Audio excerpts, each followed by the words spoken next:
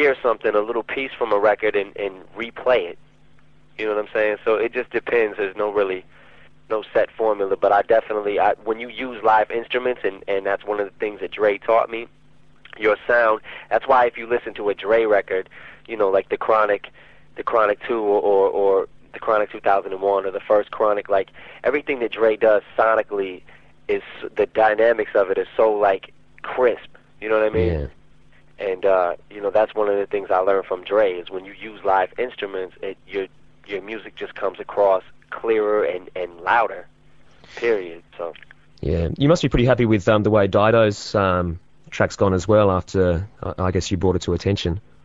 Yeah, definitely. I'm very happy for her. Yeah. I'm really happy for her. She's really talented, and I like her a lot. She's a sweetheart. So I'm glad for her. What about the rest of them? I mean, you spend a lot of time dissing a lot of people in the record industry and the music industry as being fake and being a bit shallow and that kind of thing. But like you also, I guess, you have to work within that really major music industry as best you can. You've appeared on the Grammys with Elton John, that kind of thing. You've also got a film coming out as well. Are there any places that like you feel like you won't go to for fear of undermining your credibility?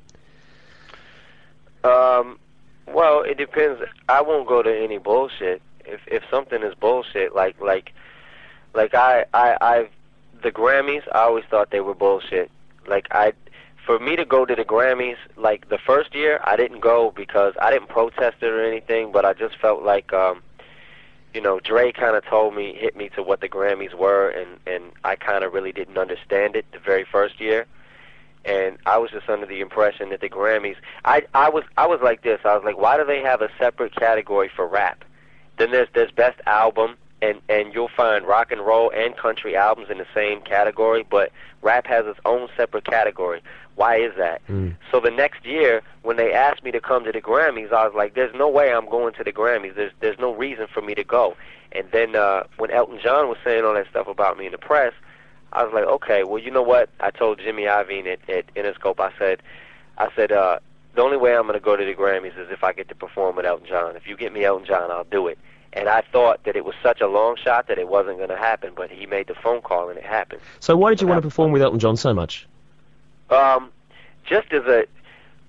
one, I wanted to go to the Grammys this year because, or last year, was it? I guess it was last year. I wanted to go there because, just because people didn't want me there. Do you know what I mean? And it was kind of like a slapping Glad's face, with them calling me homophobic and taking my lyrics out of text and things like that. It was kind of like fuck you to them. Yeah. And how was Elton when you met him? What was it like? He was great. He was great. He's a great guy, man. He gets it. Do you know what I mean? Yeah. Like he was so cool. He was not really what I expected him to be. He was just, he's got a fucking sense of humor too. He's cool. He's funny, and he was real laid back, and he just understood the whole situation and understood what the fuck I was going through, and supported me anyway. So have you been? I guess you've been pretty happy about that. I mean, there have been a lot of very high-profile people who've come out on your behalf and supported you as well. Yeah, definitely. I just recently heard that Paul McCartney was saying something about I read about that. He said that he likes your music. Yeah, and that's crazy because it's dope. It's good that people in the industry, that I have other people in the industry backing me. Do you know what I mean? It's kind of a foundation for me because I think that if everybody was against me, then I would be just backed up into a fucking corner just shooting off all the time. So, it's good that I do have support. And I'm thankful for that. On the other side, though, do you also need that pressure from people attacking you as well to sort of like rile up that energy within you, that creativity within you? They told me this is the last question. I got to wrap this up. Oh, okay. I was going to say, conversely, I mean, is it? Do you need those people coming out and dissing you as well, or attacking you for you to get angry enough for you to come out with your material? I don't need them. But it only helps when you give me ammunition.